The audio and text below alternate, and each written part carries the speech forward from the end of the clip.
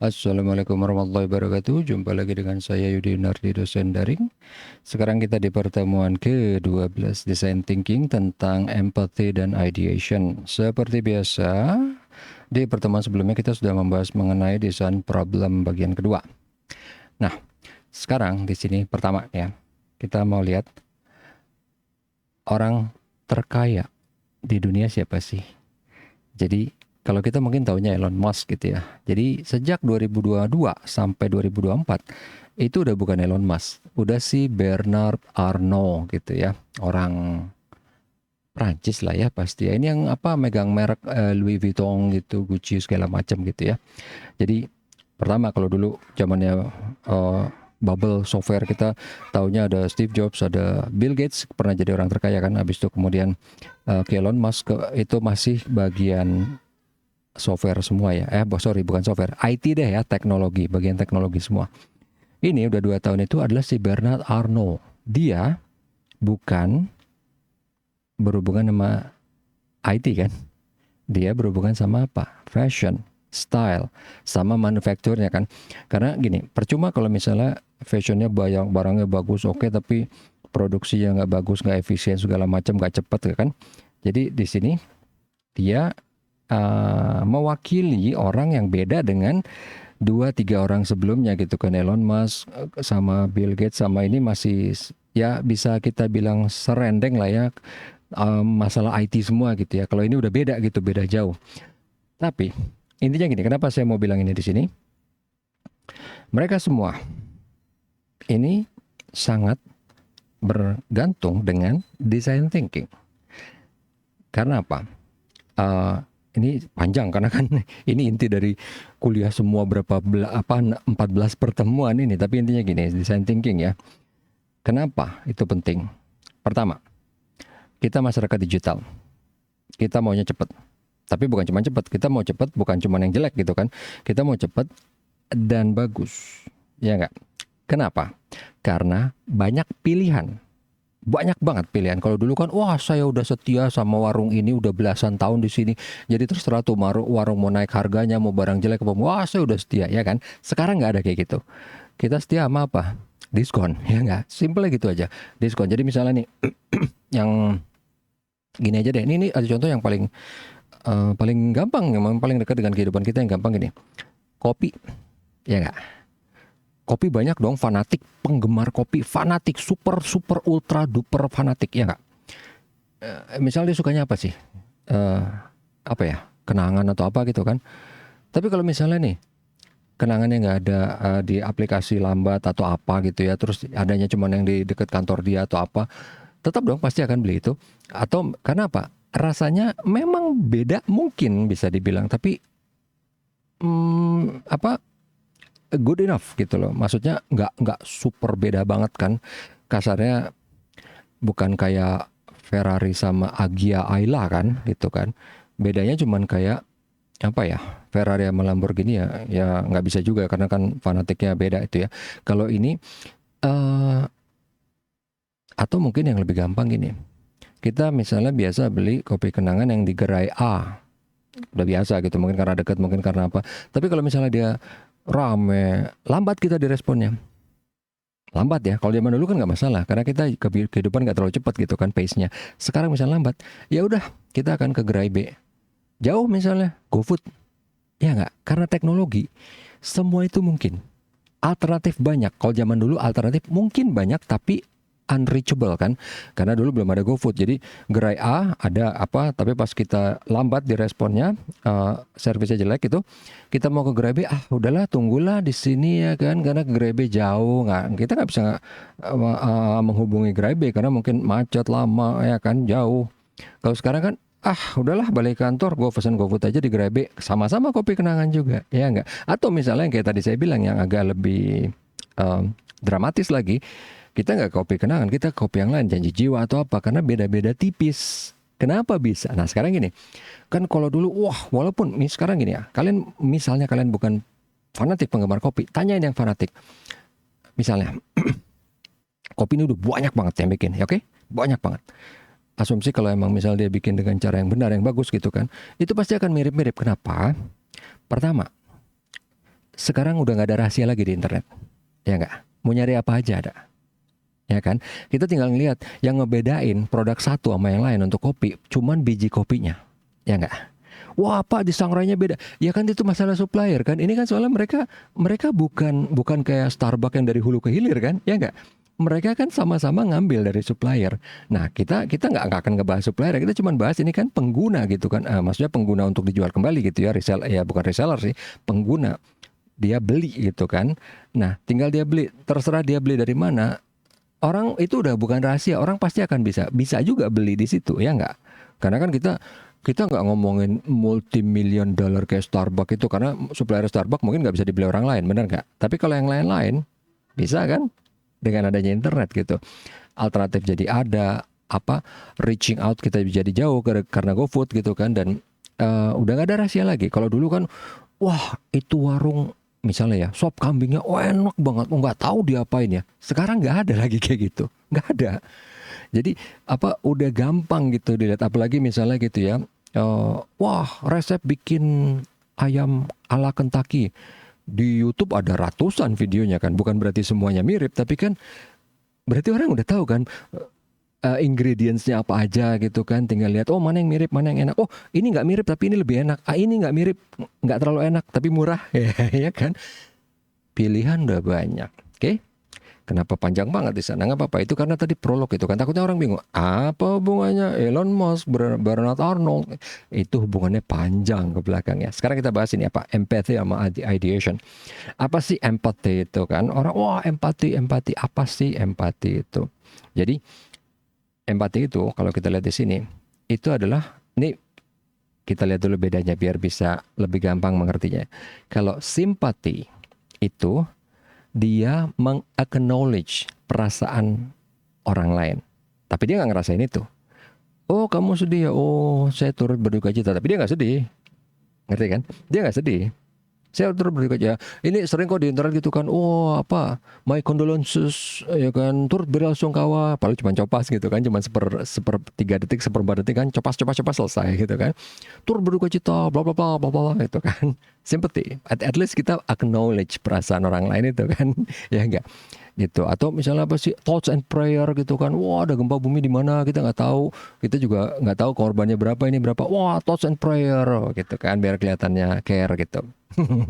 Oke, bedanya apa sama empathy? Kalau empathy, dia ngelihat orang sedih, dia bisa ikutan sedih. Jadi ini bukan lebay gitu ya, bukan, beda. Ini kemampuan dia untuk ikut merasa sedih. Dan ini penting untuk design thinking. Karena ini design thinking bukan bacot gitu, yang cuman thoughts and prayer, oh, udah selesai gitu kan. Ditanya, emang tadi bencana alam di mana? Nggak tahu. Yang di sini nggak tahu, ini kali atau yang itu. Emang korban berapa? Nggak tahu, ya kan? Cuman dia meng-acknowledge. Kalau dia bisa, misalnya ini contoh yang simpel dulu tadi kan, bencana alam kan. Kalau dia emang bener empati, dia beneran tahu korbannya berapa, mungkin update-nya berapa, bahkan mungkin dia udah nyumbang gitu loh. Oke? Bedanya di situ, itu maksudnya. Dan kenapa ini penting untuk design thinking? Karena kalau kita cuma sympathy, ya sekarang gini, ini contohnya gampang aja kayak tadi ya. Si Bernard Arnold kan, duitnya udah berceceran dong, ya enggak? Dia bikin produk kan, ada yang mahal banget tapi ada yang menengah kan. Yang menengah misalnya apa sih? Misalnya ini saya nggak tahu ya, anggap aja yang gampang ini. Ada kan, mungkin dia bikin sepatu yang mahal banget ratusan juta gitu kan, tapi kan ada juga sepatu yang mungkin cuma 10 juta gitu kan, 20 juta, which is something yang dia nggak mungkin akan pernah pakai, benar nggak, dengan kaliber dia. Tapi kalau orang itu punya empati, dia bisa menempatkan diri, dia seumur hidup mungkin nggak akan pernah pakai sepatu itu, tapi oke, bukan berarti dia yang desain ya, tapi ini cuman gambaran aja gitu. Dia orangnya udah tinggi banget, tapi kalau emang dia adalah pebisnis yang baik, dia adalah seorang design thinker yang baik, oke, saya akan berusaha empati dengan calon pemakai sepatu ini. Seperti apa misalnya? Karena gini, kita kalau cuman di meja desain itu kan cuman mikir, oh sepatu buatnya gini, oh buatnya gini, kan nggak tahu nanti dipakainya enak apa enggak, dimasukinnya, dikeluarinnya enak apa enggak. Kasarnya gini, ini yang simple aja, yang pengalaman sehari-hari ya.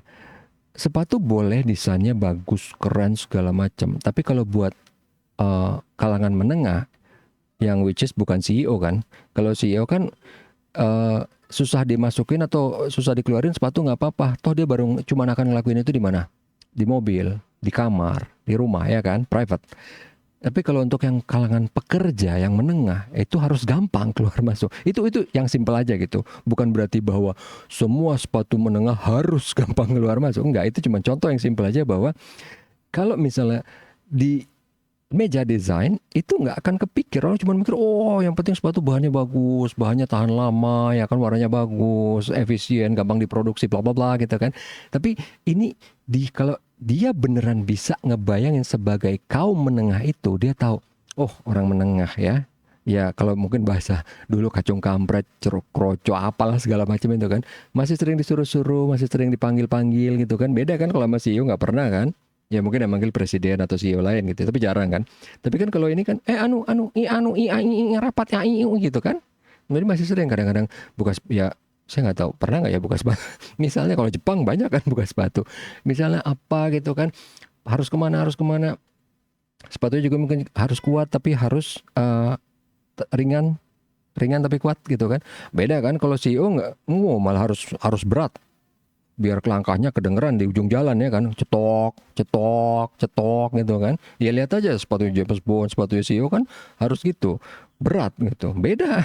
Ya kan, itu hal-hal yang simple kayak gitu loh, yang bukan berarti oh Pak kan saya bukan bisnis sepatu, saya nggak ngerti. Bukan, justru even desainer sepatu, kalau dia nggak punya empati, dia nggak ngerti itu. Justru dia harus punya empati. Dia nggak perlu jago di bisnis sepatu. Ya, yang bikin harus yang jago desainer, tapi harus memasukkan elemen-elemen design thinking dengan cara empati. Ngapain Pak? Kok repot? Balik ke tadi masalah kita masyarakat digital. Kompetisi udah makin ketat. Kalau zaman dulu iya, yang buat sepatu seluruh dunia mungkin cuma 2 orang. Oke? Nggak ada masalah. Yang satu sepatunya ada durinya nggak masalah, nggak ada pilihan orang belikan. Yang satu sepatunya ada granatnya nggak masalah, ya kan? Cuman ada 2 orang udah stuck di situ. Sekarang ini banyak banget, makanya kita harus ada cutting edge-nya, harus ada kelebihan, keunggulan komparatif. Kalau dulu apalah itu namanya ya, ada competitive advantage-nya. Karena apa? Orang udah ngebandingin gitu langsung gitu kan, dengan brand yang sama, model yang beda, brand yang beda, whatever, itu udah ngebandingin semua kan. Jadi ada apa dikit, nggak enak nih, nih enak sih tapi mahal, ya kan, ada aja gitu kan. Jadi kenapa ini penting, empati ini penting di design thinking untuk competitive advantage, karena pesaing banyak banget dan pembeli gampang banget pindah, either pindah merek, either pindah toko, either pindah anything, ya kan, gampang banget, either pindah channel gitu kan. Oke, nah tadi kita udah bahas ini kan, why-nya kenapa. Sekarang kita akan lihat gini, how do we achieve empathy, ya kan. Jadi pertama, kita harus, karena kan saya nggak bisa Pak. Ya, memang ada orang yang mungkin emang born equipped with that gitu lah, yang bisa, emang berbakat atau gimana. Tapi bukan berarti saya nggak bisa, tinggalin. Nggak bisa. Karena apa? Di masyarakat digital sekarang everything semua pasti akan pakai design thinking. Karena apa? Pesaing banyak. Baliknya ke situ kan. Dan kita udah nggak sabaran. Kalau dulu kan saya udah setia dengan warung ini, udah belanja udah puluhan tahun ya. Dia naik harga, dia telat, dia apa, nggak masalah. Sekarang enggak. Bener nggak? Oke. Nah, caranya gimana? See their world. Kayak tadi kan Bernard Arnold, dia mau bikin sepatu kalangan menengah. Ya kan, dia come on man, dia bukan kalangan menengah. Atas pun enggak, dia atasnya atas kan. Tapi kalau emang dia pebisnis yang baik, dia emang CEO yang baik, dia owner yang baik, dia bisa memposisikan kalau sepatu menengah, dia pasti bisa ingat dulu tuh harusnya gini. Kurang lebih itu tuh yang dipersimpelnya kayak gitu ya. Karena kan bedanya jauh banget kan, Bernard Arnold gitu kan, terkaya di dunia nomor 1. Tapi kalau dia untuk ngedesain sepatu yang untuk kaum jelata ya, kaum menengah gitu ya, dia bisa memposisikan dengan cara macam-macam, terserah, tiap orang beda-beda. Dia ingat waktu zaman dia muda dulu, zaman dia miskin dulu, zaman whatever, atau mungkin dia nanya ke orang lain gitu loh. Tapi ada attempt, ada usaha untuk see the world dari orang yang akan menggunakan produk tersebut. Oke? Yang kedua, appreciate them as human beings. Karena kalau kita cuman bacot, cuman wah saya tahu kok, saya paham sekali, tapi itu bacot gitu kan nggak bakal bisa.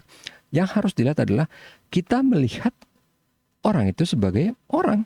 Nggak ngebedain, wah saya kasta lebih tinggi, saya sedetik bisa dapat 1 miliar, kamu 1 miliar seumur hidup juga nggak bisa gitu kan. Nggak bakal dapet tuh empatinya. Karena apa? Udah nganggep beda. Either itu beda spesies atau beda kasta atau beda apa gitu kan. Makanya kan kalau kayak perang yang di Perang Dunia Pertama, Perang Dunia Kedua tuh yang di Israel ke Gaza gitu kan, karena dianggap bukan orang. Jadi dia nggak merasa salah untuk disayat-sayat, dipotong, ditembak, diapain gitu kan. Nah, untuk achieving empathy ini harus melihat orang itu sebagai sama-sama manusia. Ini juga nggak bisa kalau misalnya, saya nganggap dia manusia, tapi dia menganggap dirinya Tuhan. Nggak bisa juga. Ini maksudnya appreciate them as human being, as equal to us, dari kita gitu. Bernard Arnold gitu kan, ngeliat, ini sepatu buat rakyat jelata, udahlah biarin bikin seadanya aja. Nggak bakal bisa dia lama-lama jadi orang kaya, ya nggak? Karena dia bisa achieving empathy itu dengan cara appreciate them as a human beings, untuk misalnya bikin sepatu-sepatu yang bukan level dia, atau tas, atau jas ya. Saya nggak tahu, produknya banyak banget loh sini. Bernard Arnold itu. Jadi yang dulunya mereknya beda-beda, Louis Vuitton, Gucci, nggak tahu Prada sama apa. Pokoknya dulu kita mikir beda, ternyata maksudnya sekarang udah jadi satu semua. Ya kita nggak bahas itu ya. Oke. Kemudian kalau kita udah appreciate them as a human beings, kita bisa understand their feelings. Kalau tadi kan sympathy cuman understand, acknowledge. Kalau ini kita udah lihat dunianya mereka di on their shoes ya. Ini kebetulan karena tadi contohnya sepatu, tapi ini kan ungkapan yang sering ya.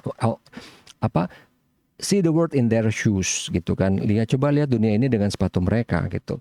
Jadi kita udah lihat dunia ini dengan sepatu mereka, kemudian kita sudah meng-appreciate them as human being, sehingga kita bisa understand their feeling.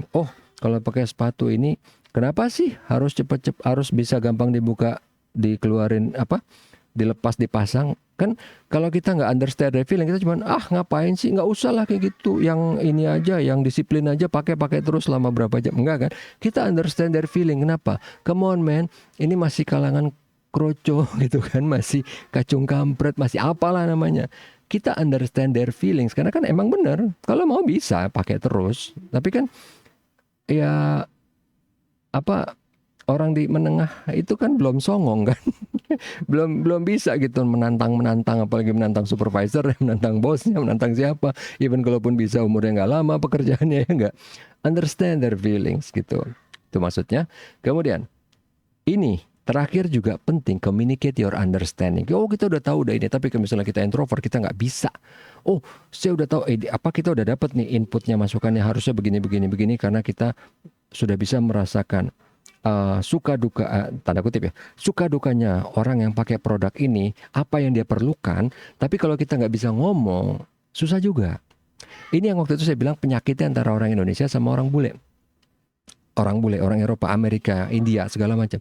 Jadi kalau dulu gitu ya, sebenarnya orang Indonesia pinter. Katakanlah misalnya gini, orang Indonesia itu katakanlah kalau dinilai dengan angka, pinternya 10 gitu. Tapi yang keluar cuma 2. Karena apa? Dia not able to communicate. Sementara yang lain, orang bule gitu misalnya, pinternya cuma 8. Lebih rendah kan, kita 10, 8. Tapi 8 itu yang keluar 6. Bacot tuh, keluar semua gitu kan. Apalah semua dia omongin. Kita kan enggak gitu. Jadi yang kelihatan oleh dunia itu apa? Kita kelihatannya 2. Dia kelihatannya 6. Lebih pintar dia, ya kan? Padahal potensialnya enggak gitu. Ini penting banget communicate your understanding, ya enggak? Karena akhirnya apa? Orang Indonesia bodoh gitu kan.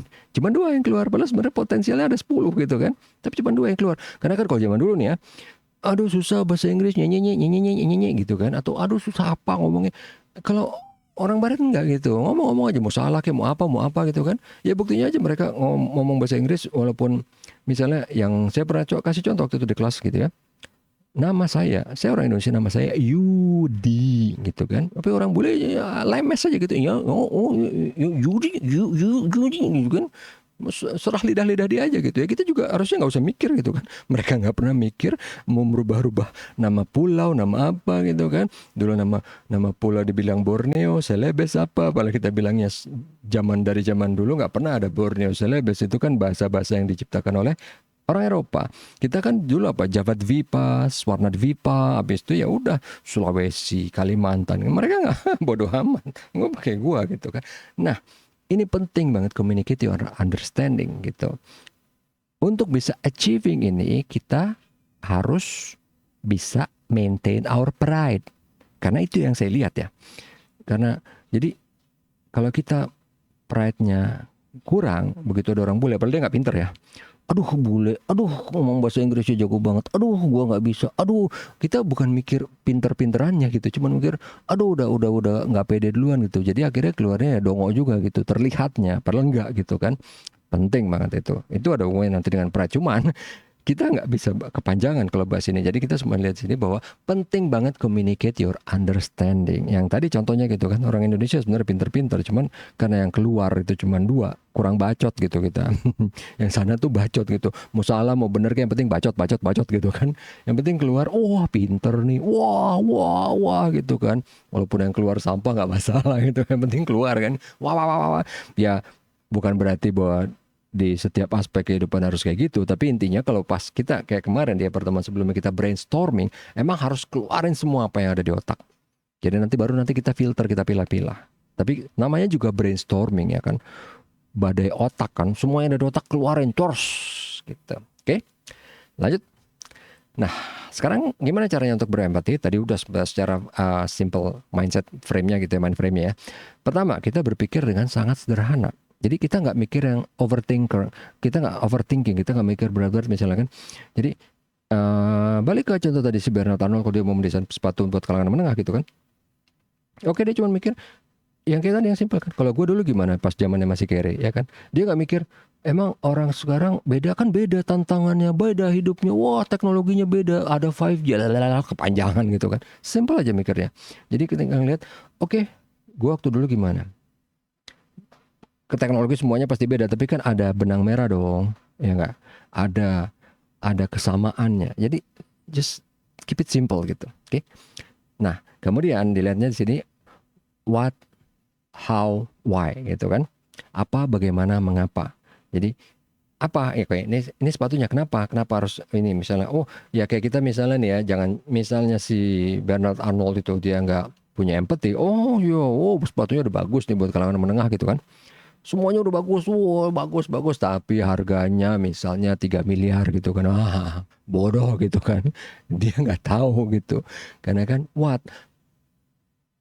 menengah itu kan nggak akan affordable dengan harga segitu. Maksudnya itu yang simpel ya, itu yang simpel banget, yang nggak akan mungkin terjadi sih kayaknya kebodohan. Ya walaupun mungkin juga bisa, tapi intinya you get the point gitu kan. Nah, bagaimana? Oke, kita tadi udah pengen buat, gimana caranya buat. Nah, sekarang gini. Misalnya balik tadi ke contoh si Bernard Arnault gitu kan, dia pengen bikin sepatu untuk kalangan menengah. Dia punya pabrik manufaktur banyak dong, dia punya desainer banyak dong. Udah tahu mau bikin buat menengah, nggak usah dong dia pakai top desainernya dia, ya enggak? Itu aja simpelnya kan, karena jadi mahal kan. Nggak usah dong bikinnya harus di Prancis, manufakturnya mungkin bisa di Filipina atau di Indonesia, di Thailand, ya enggak? Itu intinya kan. Why-nya ya itu tadi.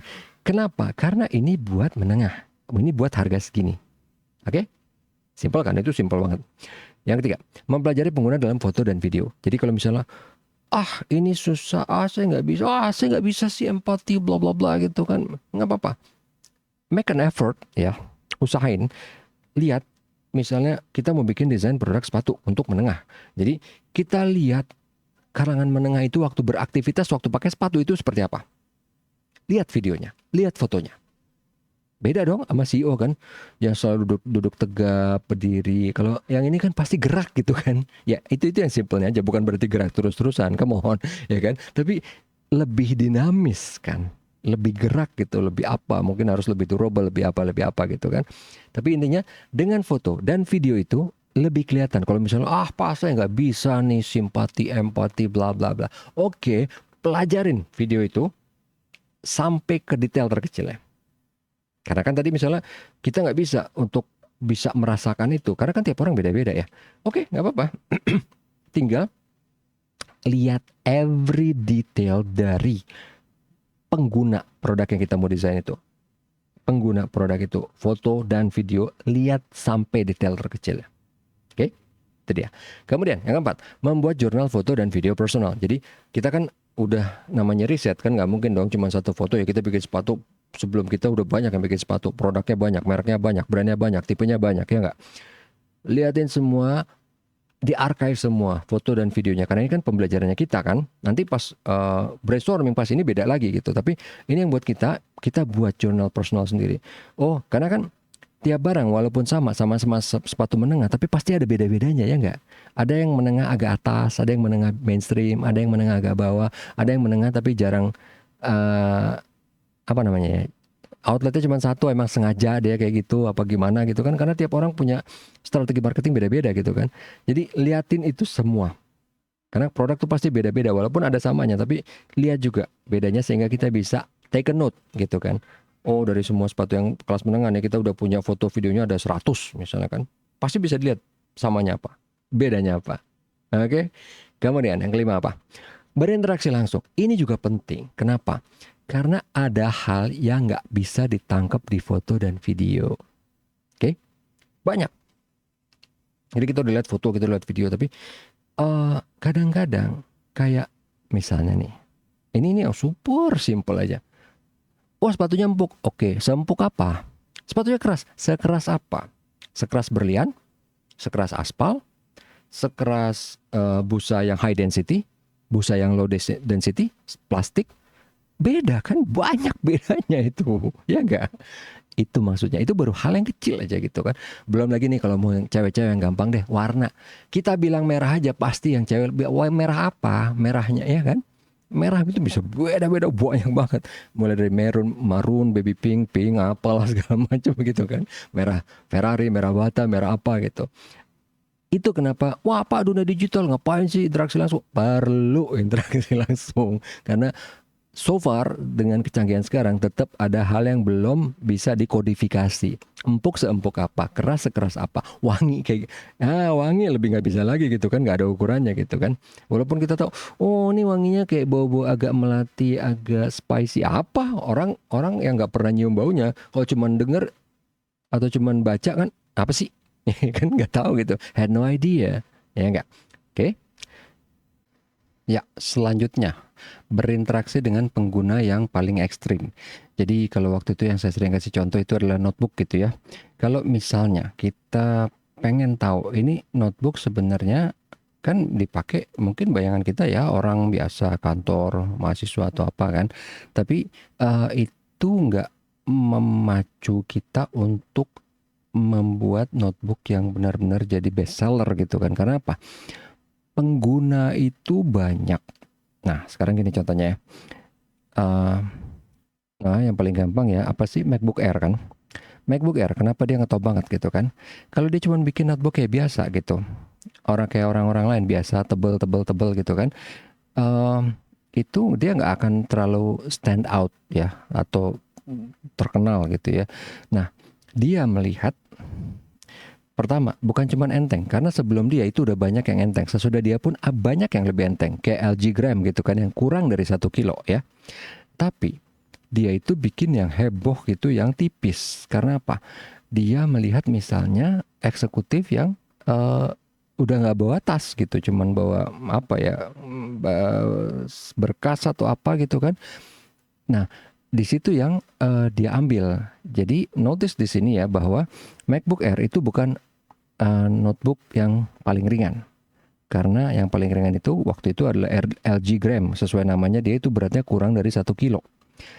Nah, tapi tetap aja kan banyak yang nggak tahu bahkan LG Gram. Lebih banyak orang tahu MacBook Air gitu kan. Waktu dia bikin, dia lihat pengguna yang paling ekstrim. Bukan cuma CEO, tapi CEO yang nggak bawa tas, yang cuman bawa kertas gitu. Jadi notebook itu bisa as if diselipkan di antara kertasnya.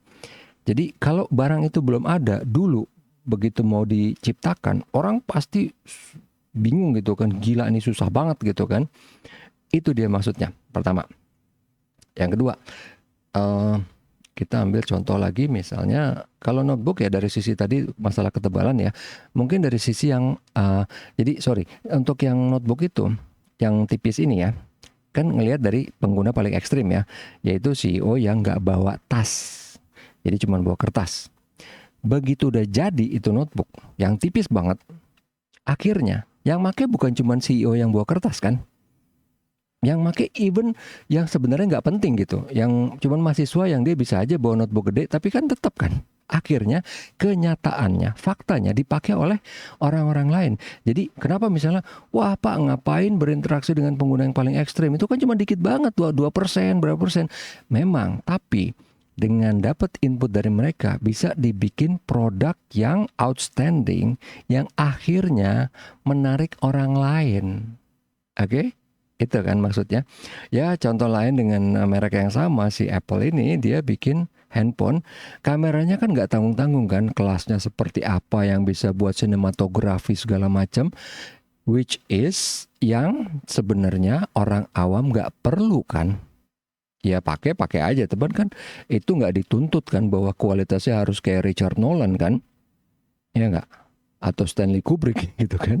Tapi tetap akhirnya karena dilihat di pengguna yang ekstrim, sutradara atau siapa yang pakai handphone, akhirnya jadilah handphone dengan kualitas kamera yang oke banget.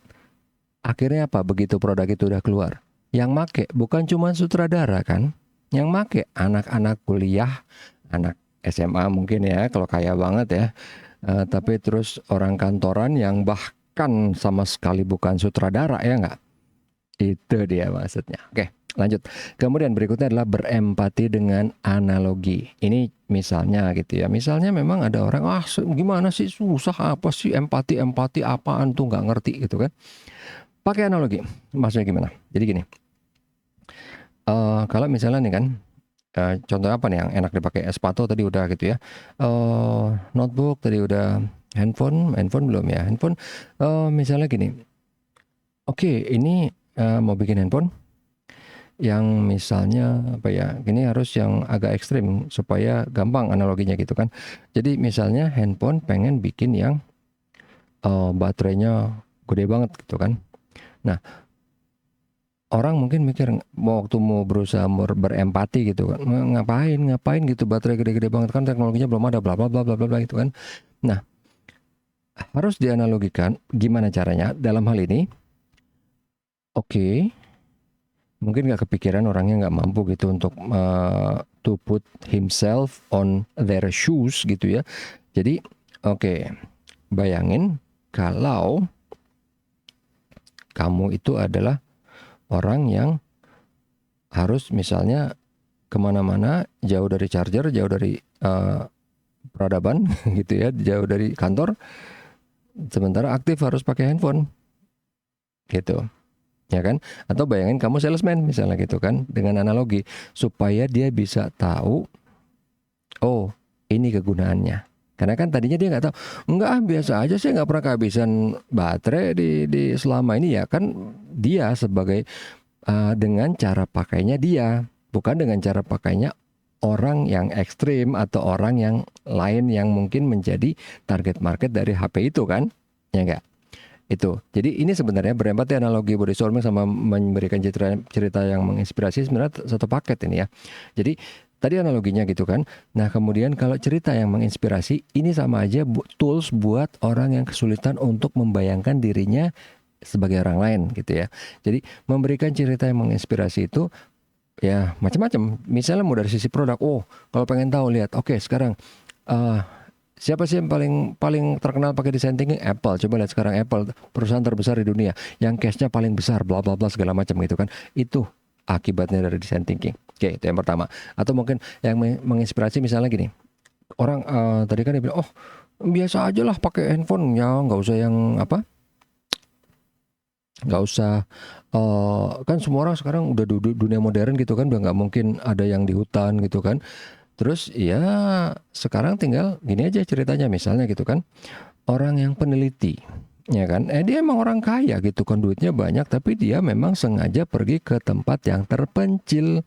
Jadi misalnya, dia udah menangin hadiah Nobel gara-gara dia meliti di kutub utara, kutub selatan, whatever, atau mungkin di bawah laut gitu kan, gak ada colokan kan. Jadi ini supaya membantu kepada yang nanti akan mendesain dengan cara design thinking gitu kan.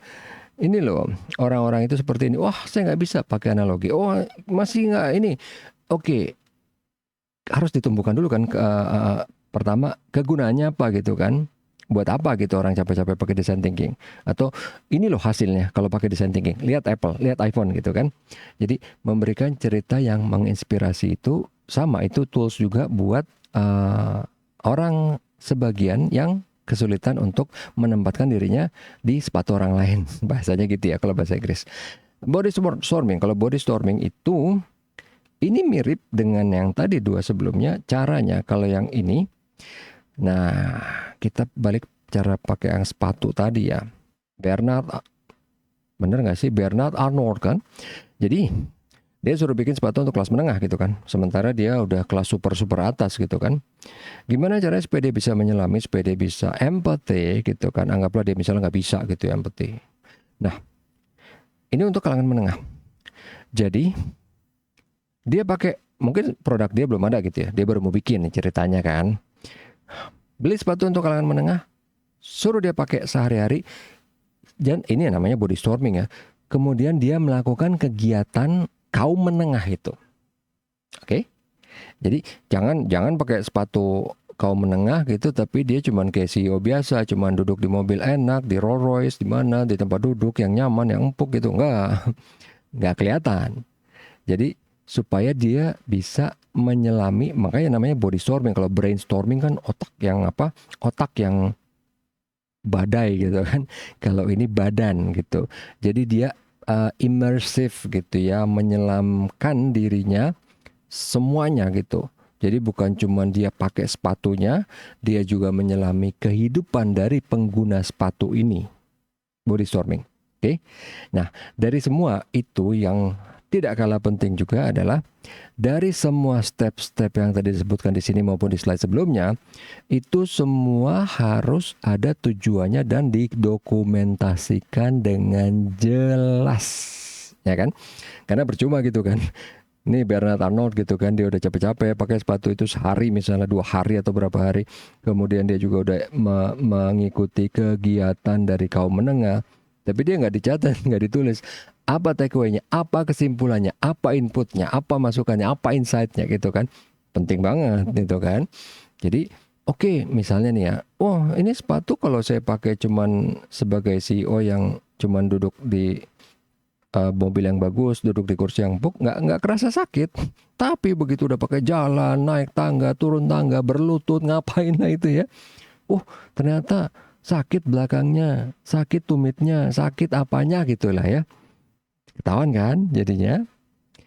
Harus ditulis gitu. Karena kan percuma gitu kita melakukan semua hal di atas tapi kita nggak dokumentasikan, inputnya nggak ada. Karena apa? Mendesain produk itu nggak mungkin 1 orang, nggak mungkin 2 orang, nggak mungkin 3 orang. Jadi supaya bisa berkelanjutan komunikasinya, karena kan ini yang satu nih yang udah nyobain sepatu selama berapa hari gitu kan. Tapi kan nanti estafet kan, habis itu proses berikutnya orang lain lagi. Bahkan mungkin kalau misalnya perusahaannya gede gitu kan, yang suruh nyobain sepatu nggak 1 orang, banyak orang. Inputnya beda-beda gitu kan. Ya nggak, bukan berarti bertentangan, tapi beda gitu kan. Memperkaya harusnya. Kalau nggak didokumentasiin, blank aja dong lewat gitu kan. Orang cuman, gimana? Kira-kira kayaknya tadi enak-enak aja sih. Ya kan? Rugi. Take away. Penting tuh. Oke, lanjut. Sekarang kita melihat langkah berempati dalam design thinking. Apalagi misalnya gini ya. Kita melakukan wawancara langsung. Jadi kalau tadi kan itu body storming yang kita langsung berkecimpung dengan produknya. Kalau wawancara, kita misalnya kita udah immersive, udah body storming, kita udah nyobain sepatunya. Tapi itu belum cukup. Jadi kita juga harus mewawancarai langsung. Karena apa? Seniat-niatnya si Bernard Arnault gitu untuk melakukan kegiatan sehari-hari dari kaum menengah, Nggak mungkin dia bisa cover semuanya. Even dia nggak mungkin bisa tahu keseluruhan yang kayak tadi saya bilang kan. Mungkin yang dia tinggal ingat zaman dia dulu, tapi ada yang dia nggak dapat. Apa itu? Zaman udah berubah men. Beda jauh banget kan. Ada hal-hal yang mungkin zaman dia nggak ada gitu kan ya. Zaman dia mungkin nggak ada handphone, atau handphonenya belum smartphone, atau mungkin belum ada NFC, belum ada apa gitu kan. Bluetooth masih versi 2, misalnya sekarang udah 4, udah 5 gitu kan. Udah pakai apa? APT apa segala macam gitu kan. Nah, itu kenapa tetap perlu wawancara. Kesannya kan, ini udah yang tadi, udah capek-capek body storming ngapain. Kenapa juga harus nanya penggunanya? Kenapa nggak dari awal aja nanya penggunanya? Nggak cukup, ya kan? Kita wawancara. Kita pertama lihat yang tadi gitu ya, kegiatan dia, kesehariannya dalam menggunakan produk ya. Nggak usah ditanya semuanya gitu kan, yang berhubungan aja sama produk. Dalam menggunakan produk itu seperti apa. Kemudian berikutnya juga yang penting tuh apa? Dia udah lihat, dia udah pakai produk ini mungkin udah berapa tahun gitu, udah lama gitu kan. Produknya bisa brand yang sama, bisa brand yang beda, tipe yang sama, tipe yang beda. Ada mungkin yang, dari semua produk ada yang kurang nih. Misalnya apa gitu ya. Sepatunya nggak ada baterainya, misalnya aja. Iya dong, sepatu yang ada selama ini semuanya nggak ada baterainya gitu kan. Saya perlu baterai buat ngecas. Jadi kan taruh di sepatu enak tuh. Jadi baterainya tenaga kinetis gitu kan, sambil jalan bisa ngecas. Karena udah ada sekarang loh, udah ada ya. Ya misalnya kayak gitu kan. Selama ini belum ada. Dapat kan masukan yang di produk lain nggak ada. Even kita borong semua produk nggak ada gitu. Tapi ini dapat langsung dari keinginan si pengguna. Yang mungkin kalau misalnya emang bisa diwujudkan, bagus gitu kan. Ya apa? Bukan berarti semua keinginan pengguna kita bisa wujudkan, karena ada hal yang mungkin mungkin cuman wishful thinking, nanti kita akan lihat ya. Atau mungkin yang memang teknologi sekarang belum memungkinkan. Kayak sekarang, siapa sih yang nggak pengen handphone Galaxy S24 Ultra atau Samsung Z Fold, tapi yang bisa seminggu nggak usah di-charge, sebulan nggak usah di-charge, ya kan? Siapa yang nggak pengen? Baterainya belum ada yang memungkinkan untuk itu, ya nggak? Semua pengen, tapi teknologi belum ada gitu. Outputnya apa di sini adalah hasil wawancara gitu ya. Again, sama kayak yang tadi sebelumnya, semua itu harus didokumentasikan supaya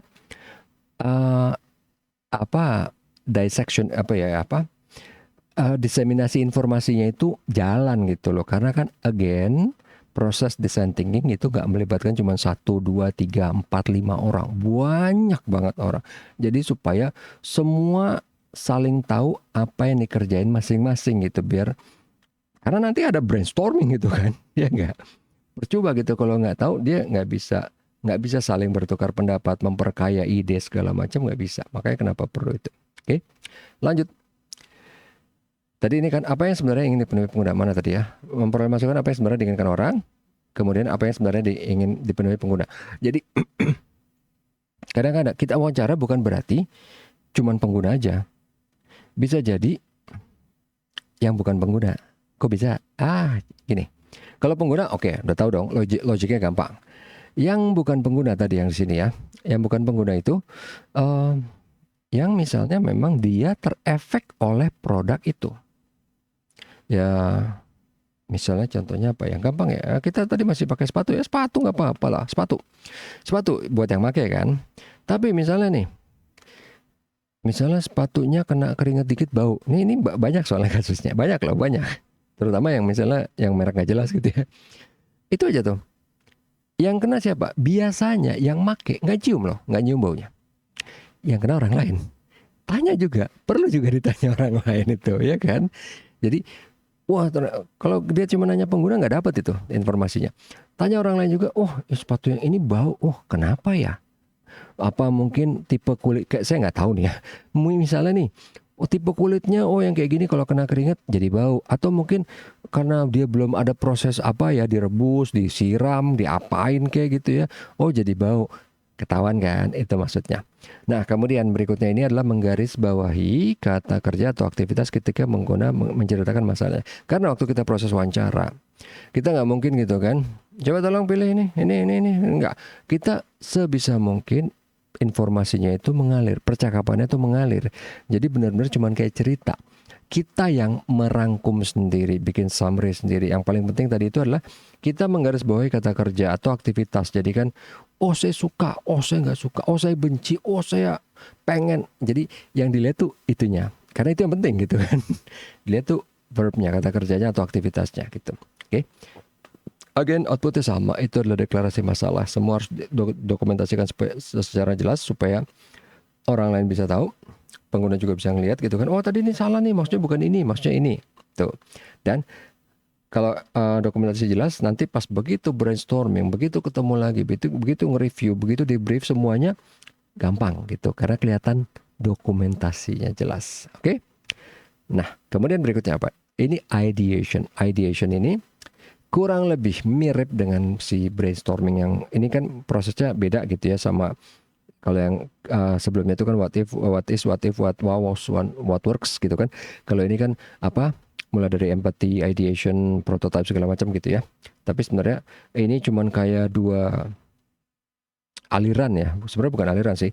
Karena ini yang agak lebih awal gitu, yang ideation empathy ideation itu yang lebih awal. Nah, yang lebih populer di luar sana itu adalah yang terbaru, yang memang lebih baru, dia itu adalah yang what is, what if, what was, what works, karena lebih mudah dicerna orang, bahkan oleh orang awam pun tahu ini what is apa sih keadaan sekarang, what if gimana nantinya kalau misalnya kayak gini-gini yang tadi diinginkan pengguna gitu kan. What was dari semua apa yang heboh, apa yang bikin heboh. Contoh tadi si itu MacBook Air kan, dia bisa bikin yang teringan, dia bisa bikin apa? Teringan nggak kelihatan men, yang kelihatan apa? Tertipis yang kelihatan kan, karena dari dulu, even sebelum dia udah ada yang enteng, sesudah dia pun ada yang lebih enteng dari dia. Mungkin nggak banyak yang tahu, karena bagi orang nggak penting, walaupun sebenarnya itu penting loh ya. Karena apa? Kalau nanti orang itu udah punya si MacBook Air, udah nenteng, udah berasa, baru tahu. Karena sebelumnya, wah enak gitu. Begitu udah pakai notebook lain yang beratnya kurang dari 1 kilo, baru ini lebih enak ya, lebih enteng atau gimana gitu. Tapi intinya, wow. Karena kan nggak penting gitu bagi si Apple itu. Yang penting adalah yang bikin orang lain heboh gitu kan. Terserah abis itu dia beli MacBook Air terus dia nyesel karena terlalu berat, nggak masalah, toh udah beli. Kasarnya gitu, walaupun sebenarnya nggak kayak gitu ya. Cuman intinya what wows itu adalah yang berfokus pada yang benar-benar terlihat heboh gitu. Terlihat heboh gitu kan. Itu dia maksudnya. Makanya kenapa juga warnanya kan baru mungkin sekarang baru mau ada warna hitam gitu kan. Dari zaman dulu kan selalu pengennya outstanding gitu, yang wow, even dari segi warna gitu ya. Warnanya nggak mau sama, maunya beda gitu kan. Zaman orang belum pakai tombol, dia tetap pakai tombol satu di tengah gitu kan. Akhirnya hilang juga tombolnya. Itu dia maksudnya. What was. Baru nanti dilihat what works-nya yang bisa memungkinkan sesuai dengan teknologi yang ada. Ya walaupun itu masih bisa di challenge. Contohnya itu zaman sebelum ada MacBook belum pernah orang bisa dan mampu bikin yang setipis itu, ya kan? Atau zamannya iPad belum pernah ada yang mampu bikin tablet yang bisa buat nonton 10 jam. Oke? Itu. Jadi dulu waktu pas pertama kali bikin iPad mungkin orang bilang teknologinya belum ada nih, baterainya bla bla bla. Baterainya mungkin tetap, tapi prosesornya dibuat lebih efisien, lebih irit, layarnya dibuat lebih itu maksudnya gitu. Jadi bukan berarti what works itu teknologinya nggak ada udah selesai, enggak. Tapi ya itu tadi kan, tahu kan Steve Jobs kalau bikin kayak apa, bikin semua satu company stress gitu, karena what works-nya itu bagi dia dipaksa gitu. Pokoknya gue udah punya konsep kayak gini, harus bisa gimana caranya.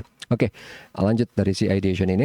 Itu adalah menuangkan ide. Oke, untuk fokus memecahkan masalah yang tertera saja. Jadi, kan di sini misalnya kita pengen apa? Ya, kalau ini berarti contohnya tuh kayak waktu kemarin awal-awal what if gitu ya. Jadi, kita pengen misalnya mau bikin handphone baru nih. Oke, kita pengen bikin apa? Kelas mid-range. Mid-range pun ada banyak gitu kan. Mau yang kayak gimana? Mau yang harganya berapa? Mau yang fokusnya kemana? Nah, di sini jadi jangan melebar. Intinya kita harus fokus misalnya nih, mid-range yang misalnya kameranya di atas rata-rata. Oke, Udah itu aja, karena nggak mungkin gitu, karena kan budget terbatas, waktu terbatas gitu kan. Wah, pengen kamera apa namanya mid range gitu ya. Oh, pengen kamera bagus, pengen baterai bagus, pengen layar bagus, pengen speaker bagus ya nggak dapet gitu kan. Akhirnya jadi flagship ya kan. Fokus untuk memecahkan materi yang tertera aja, bukan cuma masalah budget, tapi kan masalah waktu. Buang-buang waktu gitu kan. Wow, udah dipikirin pokoknya semuanya harus bagus, pas ujung terakhir ternyata yang bisa mampu bagus cuman baterainya doang misalnya, atau kameranya doang, atau layarnya aja gitu kan. Percuma, karena dari awal tuh udah rapat setengah mati, pengen semuanya bagus, misalnya 5 item. Ujung-ujung akhirnya cuma dapat 1 item. Kenapa nggak dari awal? Oke, kita konsentrasi dengan 1 atau 2 item aja. Ya nggak? Itu maksudnya. Kemudian begitu udah fokus, menciptakan ide sebanyak mungkin dalam kerangka kerja dari yang atas ini. Tadi kan kita bilang misalnya oke, 1 atau 2 item yang kita mau outstanding dibanding pesaing yang ada, existing competitor kita kan. Nah, bikin ide sebanyak mungkin. Contoh kayak tadi kan, oh baterai nggak bisa nih bikin sampai iPad, awal-awal iPad muncul ya. Nggak bisa dibikin tablet yang bisa sampai 10 jam. Sekarang cuma 2 jam, 3 jam.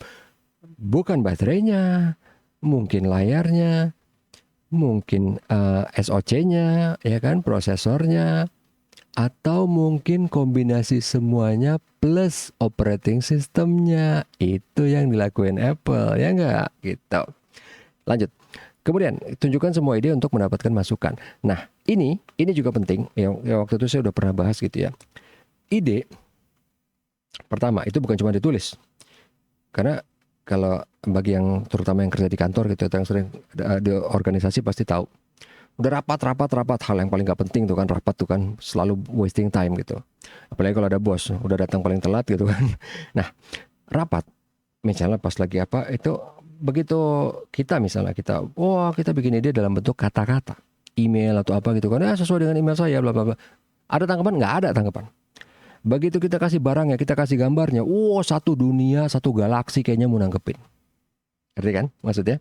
Jadi di sini itu pentingnya visual. Oke.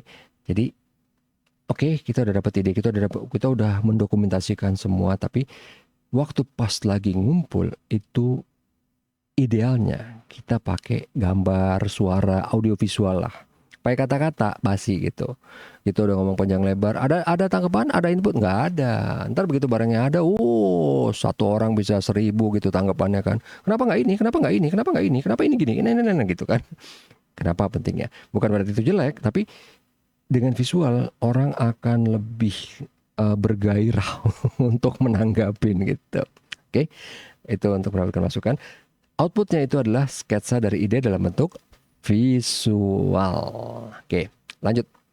Kemudian berikutnya apa? Bikin prototype atau purwarupa. Nah, di sini si prototype itu atau purwarupa itu tadi udah dapat udah ide gitu kan. Dari slide sebelumnya ini fokus mencari masalah gitu kan, bikin smartphone yang mid range gitu kan, fokus cuman ke 1 atau 2 item aja, misalnya ke baterai sama layar misalnya gitu kan. Oke, gimana caranya? Layar pakai apa? AMOLED, OLED, apalah gitu kan, LG OLED atau apa gitu kan. Kalau baterai gimana? Memakai lithium ion, lithium polimer, atau mungkin memakai lithium ferrous fosfat misalnya, walaupun enggak sih. Ya penting ide aja gitu kan, atau pakai karbon atau apa gitu kan, mungkin apa enggak gitu kan, is it works gitu kan, what works gitu kan. Nah, udah dapat idenya, dapat visualnya, baru kita udah dapat nih bikin kayak gini, bikin visualnya supaya bisa kelihatan, besarnya semana sih. Kalau cuma kita bilang berapa nih, misalnya handphone berapa sih, 7 kali 10 cm misalnya ya. 7 kali 10 cm, orang gak kebayang gitu kan. Begitu udah jadi barangnya, kecil banget. Nah, jadi kenapa bagusnya itu harus dibikin prototype-nya. Jadi prototype itu ada macam-macam, ada yang namanya mockup gitu ya. Mockup itu benar-benar kayak dummy lah, handphone dummy gitu kan. Intinya apa? Biar orang lihat kepegang tangan gimana nih, kelebaran, kekecilan, sama beratnya juga benar-benar sesuai dengan end produknya nanti kan. Dengan final product gitu, sesuai dengan final product. Jadi berat semua dimensi, walaupun belum nyala gitu kan, kayak dummy aja. Supaya kelihatan, taruh kantong gimana, jatuh apa enggak, mendelep keberatan apa enggak gitu kan. Itu tadi maksudnya sih, meletakkan ide dalam konteks kehidupan sebenarnya gitu kan. Jadi handphone dimensinya seperti apa, tebelnya seperti apa, tipisnya seperti apa, beratnya seperti apa, bentuknya kayak gimana, memanjang, persegi panjang, bujur sangkar atau apa gitu kan. Kemudian lihat kombinasikan dengan solusi yang sudah ada. Jadi misalnya gini, pengen tadi handphone bikin yang layarnya bagus sama baterainya. Nah, misalnya kita pengen baterainya irit gitu kan. Wah, pakai 5.000 udah kegedean. Sorry, pengen supaya irit berarti kan, wah mungkin pakai 6.000 mAh misalnya gitu kan. Ada nggak sih yang pakai kayak gitu? Oh ada, gimana cara dia bikinnya? Ya nggak gitu kan? Atau misalnya kita pengen kan baterainya irit, bukan cuman mAh-nya yang gede, ya nggak? Tapi apa kita perlu pakai SoC-nya yang lebih irit baterai yang baru, tapi kan jadi mahal, ya nggak? Atau cara yang sering dipakai Apple gimana? Pakai prosesor yang canggih, tapi di downclock, jadinya dayanya irit, nggak panas, gitu kan? Ya udah ada kan, tinggal kita contek mau apa nggak gitu kan? Apakah itu memenuhi tujuan kita apa nggak gitu? Outputnya itu adalah perwarupa nyata untuk diuji sampai tadi. Kalau tadi kan misalnya cuma dummy, kalau udah berbentuk prototype itu udah yang langsung bisa diuji gitu kan. Swipe-nya gimana, layarnya gimana, main PUBG gimana, titiknya gimana, eh, apa namanya, titik yang bisa langsung disentuh berapa gitu kan, 10, 7 apa berapa gitu kan. Apa dia emang juga khusus bisa buat gaming atau enggak, ya enggak? Itu tadi maksudnya. Jadi untuk outputnya adalah perwarupa yang nyata yang bisa untuk diuji. Kemudian berikutnya pengujian. Jadi si uji perwarupa dalam kehidupan nyata dengan pengguna sebenarnya. Ya ini kayaknya udah self explanatory gitu ya. Udah. Jadi si prototipe yang kita bikin, kita harus uji ke memang orang yang nantinya akan make gitu kan. Ya kalau misalnya kayak si Apple iPhone, karena yang make general, jadi could be anybody ya, bisa siapa aja. Tapi kalau misalnya yang emang spesifik kayak tadi si Bernard Arnault ya, contohnya sepatu, bikin buat kalangan menengah, harus benar-benar mereka yang diuji gitu, karena mereka nanti yang make kan. Dan ini pentingnya juga apa? Guerrilla of marketing atau words of mouth. Jadi misalnya abis selesai diuji, dia nggak mungkin dong diem aja. Dia pasti ngomong, tadi gue nyobain lu itu sepatu ini, enak loh, enak. Oh apa sih, apa? Oh si anu mereknya si apa? Gaco ya atau apa gitu kan mereknya. Oh udah keluar belum. Wah iya, coba kita lihat, kita tungguin. Nah ya kan, marketing gratis ya enggak. Itu tadi kenapa ya, itu cuman salah satu apa efek positifnya gitu ya.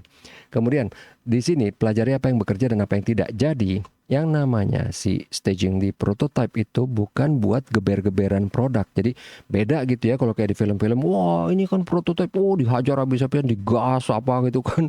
Coba kecepatan maksimal cuman 200, cobain 600, 700, 1000 gitu kan. Enggak. Di sini yang namanya prototype itu adalah sarana untuk belajar. Karena apa? Jadi gini, ini waktu itu contoh klasik yang saya sering pakai gitu ya.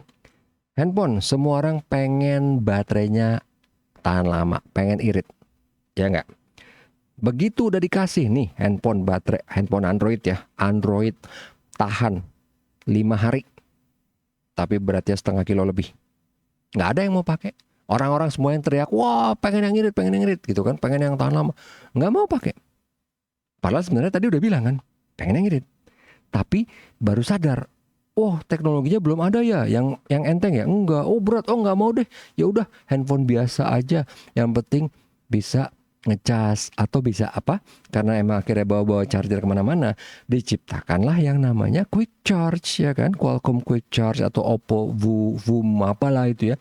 Intinya baterai teknologinya mentok sekarang, belum ada kemajuan lagi setelah berapa puluh tahun ini ya. Jadi untuk mengatasi hal itu gimana?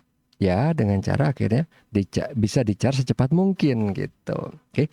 Nah, itu tadi kan pelajari apa yang bekerja, apa yang tidak gitu kan. Jadi misalnya, oh ternyata pengen baterai irit nggak bisa nih, udah dikasih malah nggak mau gitu kan, keberatan. Maksudnya bukan objection tapi too heavy. Terlalu berat gitu ya, bukan keberatan objection tapi terlalu berat gitu. Nah, oke. Kalau gitu gimana nih? Oke, misalnya kita pakai misalnya anggaplah quick charge belum ada gitu kan. Oh, bisa nggak kita charge dengan lebih cepat? Ya ini agak sedikit teknis gitu ya. Oke, ya USB itu kan 5 volt. Bisa nggak tadi 1 ampere tambah aja 2 ampere? Oh, bisa. Lebih cepat lagi bisa nggak? Bisa 3 ampere. 4 ampere? Oh, jangan. Hancur lah itu baterai. Oh, tegangan naikin tegangan jangan 5. Coba 7 bisa nggak? Oh, bisa. 9 bisa, 9 volt bisa, ampere kecilin. Wattnya sama jadi kan. 9 volt bisa, 12 bisa, 12 volt lebih cepat lagi gitu. Ya kan? Itu intinya tadi kan, lihat pelajari apa yang bekerja apa yang tidak, what works ya kan. Kemudian semua masukan itu baik, ini sama aja kayak di stage-nya di brainstorming gitu ya. Anything karena apa? Yang tadi itu contohnya gitu kan, bahwa ternyata akhirnya orang yang pengen baterai irit, akhirnya mereka malah senang lihat, oh quick charge ya, Qualcomm quick charge 3, quick charge 4, oh iya oke itu. Mereka malah akhirnya jadi malah lebih berguna, bukan apa-apa. Karena pertama baterai berat gitu kan, kalau yang gede-gede misalnya 10.000 miliampere atau apa. Even misalnya gini, misalnya aja udah ada nih teknologi yang baterainya bisa gede banget tapi enteng.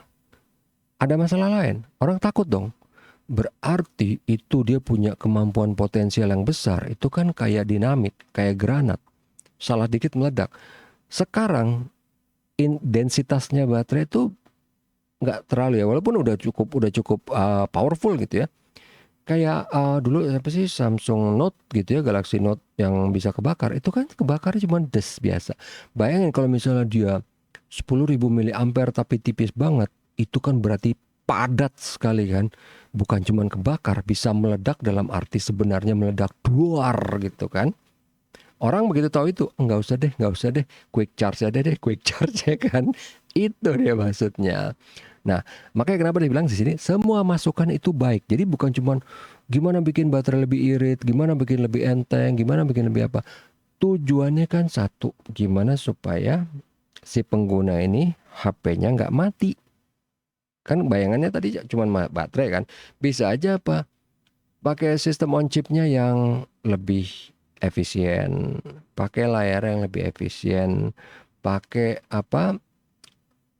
prosesornya yang lebih tinggi terus di downclock or anything, atau OS-nya atau semuanya gitu kan. Yang keempat, kembali ke menuangkan ide dan perubah untuk mengaplikasikan pembelajaran yang didapat. Jadi begitu udah tahu, oh inputnya ini, oh ternyata ada yang dirubah apa gitu kan. Makanya kenapa tadi staging untuk prototyping ini adalah untuk belajar. Begitu ngelihat, karena nggak mungkin dari teori langsung jadi praktek langsung bagus. Itu yang pertama. Yang kedua, ternyata begitu udah jadi, wah pengguna bilang, ternyata bukan ini yang saya mau. Yang baterai tadi kan, emang sih saya pengennya irit, pengennya tahan lama baterainya, tapi kalau berat enggak deh. Balik lagi kan gitu. Terakhir yang kelima, ulangi proses sampai didapat prototipe yang dapat memecahkan masalah sebenarnya gitu kan, yang tadi. Oke, baterai nggak usah mAh-nya gede, standar aja kayak sekarang semua handphone rata-rata kan 5.000, mungkin ada yang 6.000 dikit gitu ya, tapi 5.000 gitu kan. Cuman tinggal masalah optimisasi, either di aplikasi, either di OS-nya langsung, atau mungkin semuanya kayak si Apple gitu kan. Outputnya adalah final prototype yang udah langsung nanti bisa diproduksi. Oke? Ya, itu udah selesai tadi semua. Ini cuma reminder buat kelas saya gitu ya, untuk tugas kelompok pengganti UAS.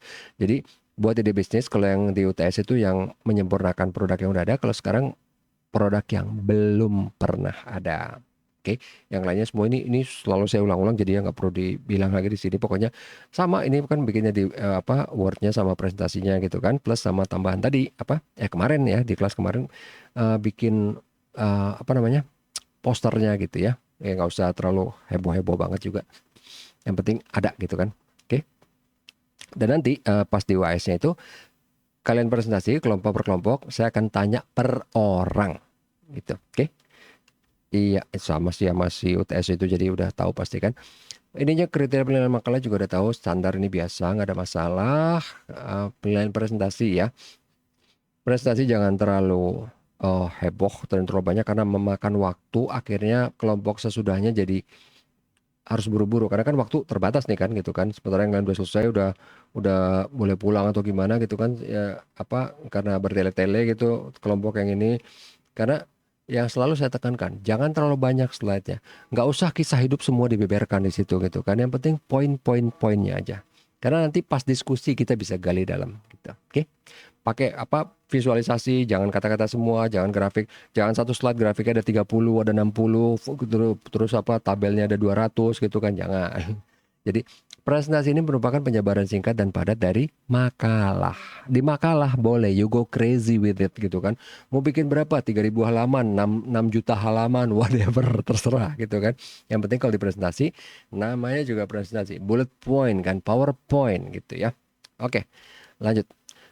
Kriteria penilaian, oke ini biasa, ini juga logic biasa aja, nggak ada yang aneh ya. Yang pasti penilaian individu tergantung gimana cara dia jawab. Jadi bukan, ah Pak saya waktu itu bisa jawab. Iya setelah nanya-nanya, setelah ngeliat-liat HP atau apa gitu kan. Come on, saya juga pasti ngeliat gitu kan. Itu ada semua penilaiannya.